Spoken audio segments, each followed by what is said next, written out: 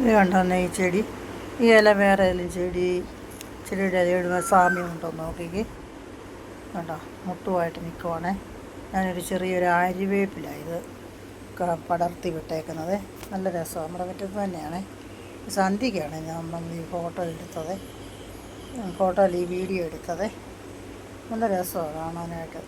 ഒരു 3-4 ദിവസമായിട്ട് ഇങ്ങനെ ചെറിയ മുട്ടിങ്ങനെ വന്ന് വീർത്ത് വന്ന് ഒരു 4 ദിവസം കഴിഞ്ഞപ്പോഴത്തേന് നല്ല ഒന്നാന്തരം പൂവായിട്ട് മാറി.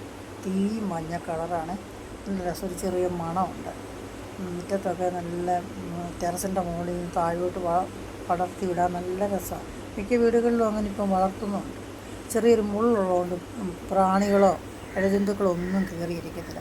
ഒരു 3, 4, 5 അതിൽ കൂടുതൽ ദിവസം നിൽക്കത്തില്ല, പൊഴിഞ്ഞു പോകും. നല്ല മണമുണ്ട്.